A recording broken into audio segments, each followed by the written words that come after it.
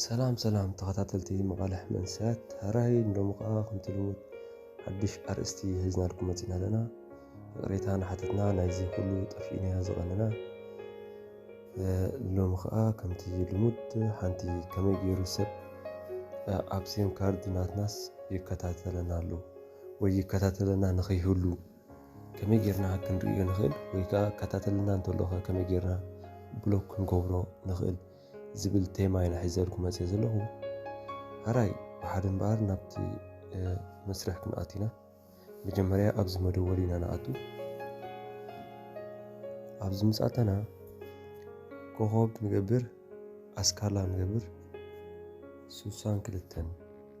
ድሕሪኡ ኣስካላ ንደግም ከምዚ ምስ ገበርና እቲ ሰብ ይከታተለና ኣሎ ድዩ የለን ክንፈልጥ ኢና ማለት እዩ በዚኣ ቁፅሪ እዚኣ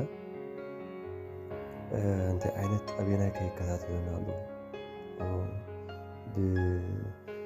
ብኤስኤምኤስ ድዩ ዋላ ቮይስ ብምድዋል ድዩ ወይ ብካልእ ክንሪኦና ብዝርዝር ከምፃልና ማለት እዩ ንቐፅል ኣብቲ መደወል ምሳለምናዮ ከምዚ ጌራ ክትምፃልና ከምዚ ጌራ ምሰምሰትልና ተሓዚ ቀዳምና ዝቐዳም ሽሙኩናን ማለት እዩ ዳተን ንብላሎ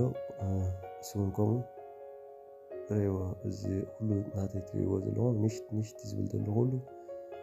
ኣይተታሕዘን ወይ ኣይተጠለፈን ኣሎ ማለት እዩ ኤስኤምኤስ ፋክስ ካልእ ፒኤዲ እዚ ኩሉ ናተይ ፓኬት ገለ ዝብል ዘሎ እዚ ናተይ ሕጂ ኣይተታሕዘን ኣሎ ክሳብ ሕጂ ኣይተጠለፈን ኣሎ ማለት እዩ ተጠሊፉ እንተሎ ግን ናትኩም ከም ካልእ እዩ ዝምፅእ እዚ ንሽት ዝብል ዘሎ ኣይመፃኩም ከም ዝተታሕዘ ክነግረኩም ኦኬ ብምቕፃል ድማ ሃራይ እምበር ንኣብነት ሓደ ሰብ ብኤስኤምኤስ ዝከታተለኩም እንተሎ ኣብዚ ናይ ኤስኤምኤስ ናቱ ቴሌፎን ክመፃኩም ናይቲ ዝከታተለኩም እንተሎ ናይቲ ቴሌፎን ምኳና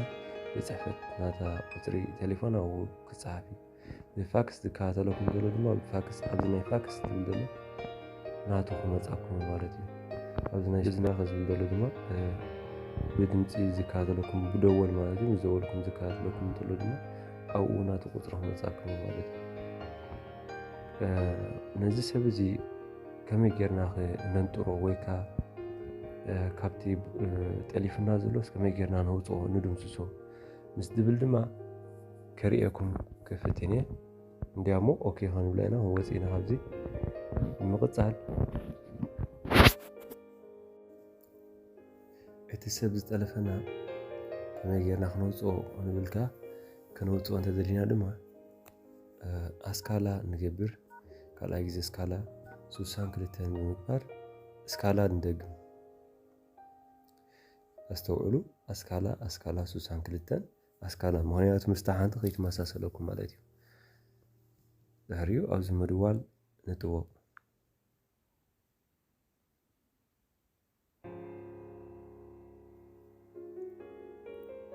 ኣብዚ መደወል ምስ መፃና ምስ ደወልና ድሕሪ ገለ ካልኢታት ከምዚ ክመፃና ማለት እዩ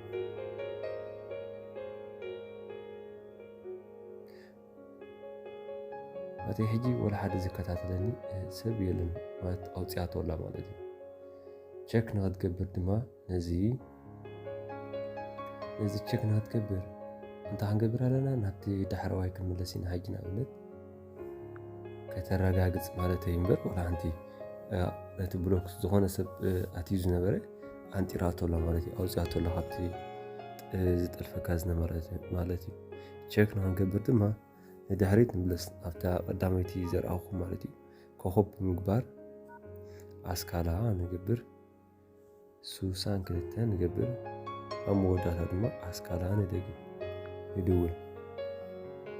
ምስ ደወልና ከምዚ ኢልና ንፅበያ ከምዚ ኢልና ከተምፃልኩም ያሸዑ ማለት እዩ ቅድሚ ሕጂ ዝጠልፈኩም ነይሩ ሰብ እንተኮይኑ ብዚ ቁፅሪ ቴሌፎኑ ይመፅእ ነይሩ እንተኮይኑ ክወፅኡ ኩሉ ማለት እዩ ኣብቲ ዝጠልፈኩም ዝነበረ ሰብ ክወፅኡ ኖርማል ከምዚ ክመፃኩም ማለት እዩ ንሽት ዝብል ክመፃኩም ከምዚ ጌርና ነቲ ሰብ ከነንጥሮ ንኽእል ካብዚ ታሽሙና ማለት እዩ هراي بار ካልኣይ ድማ ብፌስቡክ ከመይ ገይሩ ሓደ ሰብ ይከታተልና ኣሎ ወይ ድማ ንናትና ፌስቡክ ጠሊፍዋ ድዩ መን ጠሊፍዋ ከም ዘሎ ክንፈልጥ ምስ እንደሊ ድማ ናብ ፌስቡክ ወስደኩም እየ ብሓባር ናብ ፌስቡክ ንኸይድ ኣብ ፌስቡክ ምስ ኣተና ከምዚ ጌርና ፌስቡክና ምስ ከፈትናዮ ናብ ሴቲንግ ንኸይድ ብምቕፃል ኣብዛ ላዕሊ ዘላ ሴቲንግ ቀዳመይቲ ንኣቱ ድሕሪኡ ኣብዛ ሸር ሃይት ትብል ዘላ ንኣቱ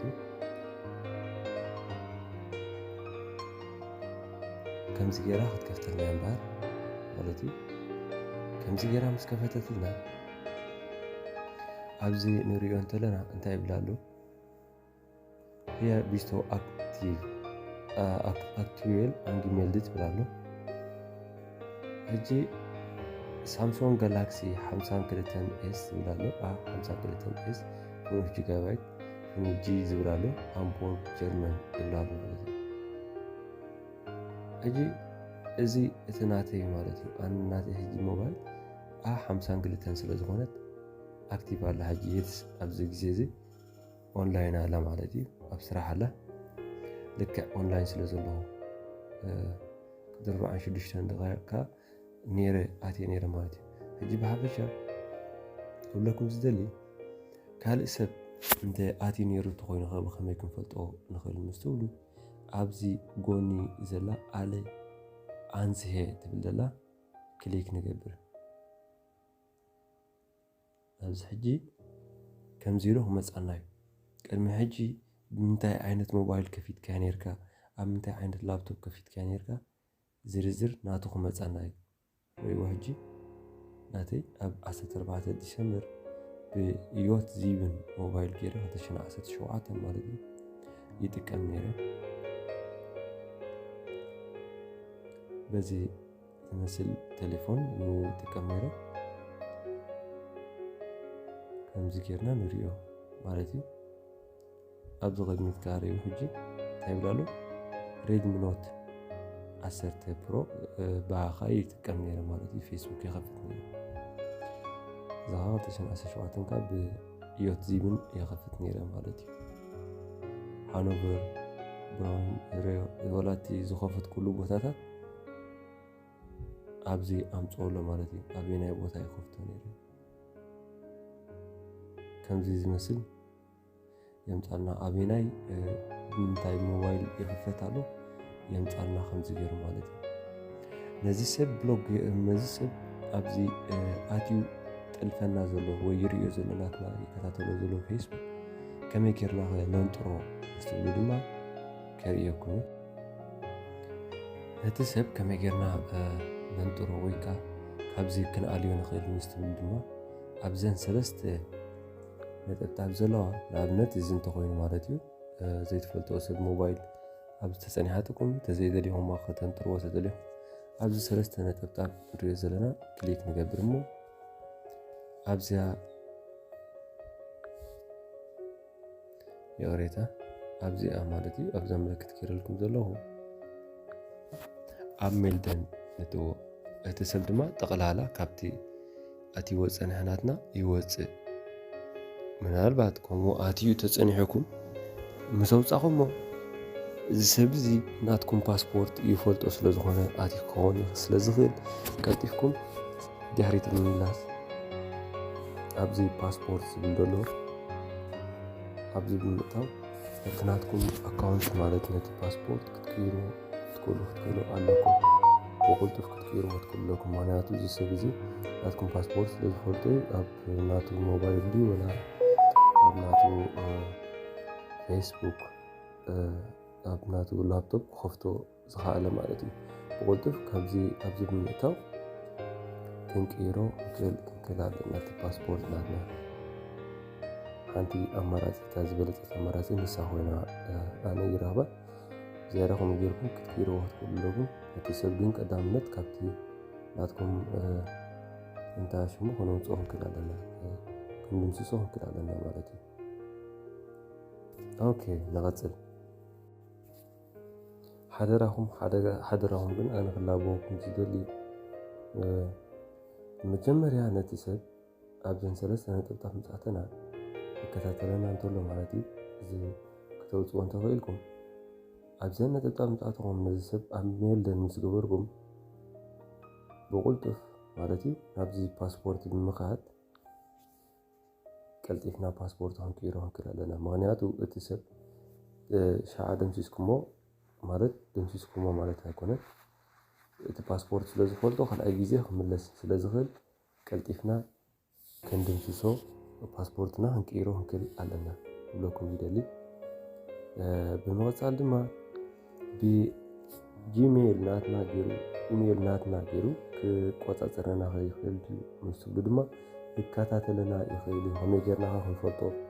نخيل مستبلو دما كريكم بحبار كنكيدنا ناب إيميل نوتو إيميلكم جيرو هذا سب كاتاتلوك يخيل إيو الجنتاين قبر مجمريا أبزا لعالي زلا نريادنا ناتكم سئلي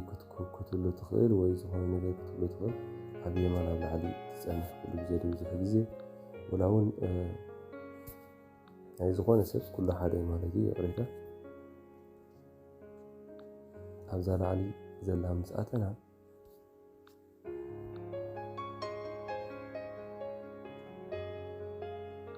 دحر أبزيا معتو ملكتنا قوتنا كله منادو هاي قاليهم بإنجليش كله هول ويستفعل عليك أوقاتات كله سلسلة الملكة نار أخوهم خيري أواكلي كنس كبرنا كم زجيرات كفتلنا كم زجيرة مسكفتلنا بعد أبزي كان آتنا كم زجيرنا يريده أبزي زي شير هايت سبلله أبزي كليك كنقدرينا مالتي أو كليك مسجبرنا تحت جسنا هم جينا موارد أبزي حجيب زي تحتي أبزي نريزلنا كندي عينت ويبغندي عينت كم دلو ويكلي سبات كم زلنا بنادي إيميل خفيت هون زلو ينقرن مالتي السيل أبزي جزية هيك أبزي ساعات زيها بزا خمسان كليكم جيريتي كمان له مارتي لك نساد ما أكتب على أبزي جزية أبساعات زي نهجها بزي جيري كتاعت الميرة بقى خفيتها ميرة السيلين كفيتة له عادي أسري زلاتهم غالبين أكتب له ساعة ما بزي لابتوب مالتي يخافت ميرة لك زين أبزي تسري أنزل كلنا ناتين ناتي موبايل اللابتوب نجيب هنا بس فلتو ولا حد شجري له كده نسيسو أي قلني بلوكو جورا ما يقلني هراي نزم سبزي يمكن كم يجرنا كنا الحقون وي بلوكو جورا نخيل بس نقول دما يغريتها زوم ناتي زون زي ريدمي نوت سيم بروز بدلو ناتي أي نزم سبزي يمكن كم يجرنا كابزي كنا الحقون وي كندم سوسهم نخيل مستولد ما أبزي بمئتاو أبزي سلسة نتبت عبد الله مالدي كم زي راحت كفتلنا شو أبزي قدامي تزلا نريا زلنا أب ميلدن نبلا أرقاب كله حدي أب فيسبوك ونكم يريكم سنه كان سلسة نتبت عبد مئتاو أب ميلدن جينا أو سنها مالدي كم زي جينا أب ميلدن نقبر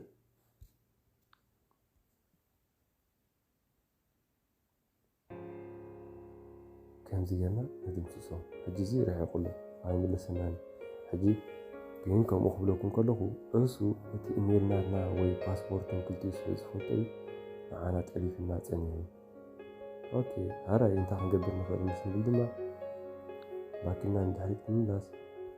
ناتي ناتنا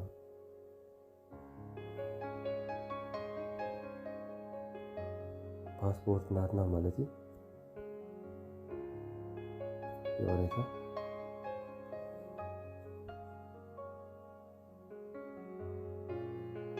أبتناتنا أبزي باسبورت ناتنا مئتاو قلتفنا نتي باسبورت ناتنا كنكيرو هنكل علنا እትምንታይ እትሰብ ክምለሰና ስለዝኽእል ልክዕ ከምቲ ናይ ፌስቡክ ማለት እዩ ኣብዚ ፓስፖርት ብምእታው ክንቅይሮ ይቕሬታ ብምእታው ክንቅይሮ ክንክልክልን ኣለና ማለት እዩ ነቲ ናትና ፓስፖርት ብቕልጡፍ ክንቅይሮ ኣለና ቀልጢፍና ነቲ ሰብ ካብቲ ቦታ ምሰንጠርናዮ ፓስፖርት ቀልጢፍና ክንቅይሮ ክንክእል ኣለና ምክንያቱ ዳግማይ ናብ ይምለሰና ማለት እዩ ከምዚ ጌርና እቲ ሰብ ዝከታተለና ይኹን ወይ ካልእ ብዙሕ ነገር ከጋጥም ስለዝኽእል ቀልጢፍና ካብ ሞባይልና ተረሓቅናዮ ተመራፂ ኮይኑ ይስምዓኒ ዝኾነ ድማ ካብ ሞባይልካ እውን ነፃ ትኸውን ማለት እዩ ካብ ዝኾነ ነገራት ከምኡ ጌርና ሞባይልና ከነፅርያ ንኽእል እቶም ዝከታተሉና ሰባት ድማ ሕማቕ ዝሓሰቡ ድዮም ወላ ብፅቡቅ ድዮም ዝከታተሉ ወይ ብዘይፍላጥ እውን ክኾን ይኽእል እዩ ሓንሳብ ብጌጋ ምስ ኣዕሩኽትካ ኣብ ላፕቶፖም ወይ ምስ መሓዙትካ ኣብ ገለ ትኸፍቶሞ ብኡ ገይሩ ተኸፊቱ ይፀንሕ ወይ ይርሳዕ እውን ካልእ ሰብ ጠንካኑ ወይ ካልእ ተጠንቀም ክብል ይረኽቦ ይኸፍቶ ካልእ ይጥቀመሉ ብዙሕ ነገራት ከጋጥም ስለዝኽእል ዝያዳ ኢሜል ኣገዳሲ ስለዝኾነ ካልእ ሰብ ዘይምሃብ ብዙሕ ማለት እዩ ብዙሕ ነገራት ትኸፍተሉ ትኾንካ ኢሜልካ ብዙሕ ትጥቀመሉ ትኾንካ ጌርካ ኣብ ናትካ ኣካውንት ኣብ ካልእ ብዙሕ ዘይምጥቃም ክብለኩም ይደሊ ሓንሳብ ኢሜል ናትካ እንተተሰሪቑ ብናትካ ኢሜል ፌስቡክካ ከፊትካ ትኾንካ ናትካ ክሪእዎ ይከታተሉካ ይኽእሉ እዮም ማለት እዩ ኣብ ፌስቡክ ኣትዮም እውን ዝኾነ ነገር ክገብሩ ይኽእሉ ክሳብ ኣብ ሞባይልካ ኣለዎ ማለት እዩ ኣብ ኢሜል ናትካ እንተኣቲካ ሓደ ሰብ ኮድ ናትካ ትሒዝዎ ማለት እዩ ዝያዳ ግን እታ ቀንዲ ንሳ ኮይና ትስምዓኒ ቀልጢፍና ከምዚ ጌርና ከነርሕቆ ንኽእል ክብለኩም ይደሊ ዝያዳ ሓድሽ ዝኾነ ነገር መደባት እንተሎ ዘልኩም ክመፅእ ክሳብ ሽዑ ግን ሰናይ ቅነ እቶም ነዚ መደባት ናተይ ሰብስክራይብ ጌርኩም የገበርኩም ትከታተሉ ዘለኹም ድማ ሰብስክራይብ ምግባር ዝኾነ ሃናፂ ርእይቶ ወይ ነቐፌታ እንተለኩም ድማ ብመልክዕ ኮመንት ኣብ ታሕቲ ክትግድፉና ብክብሪ ንምሕፀን ቴንኪዩ ስለቲ ምክትታልኩም ቻው ሰናይ ቅነ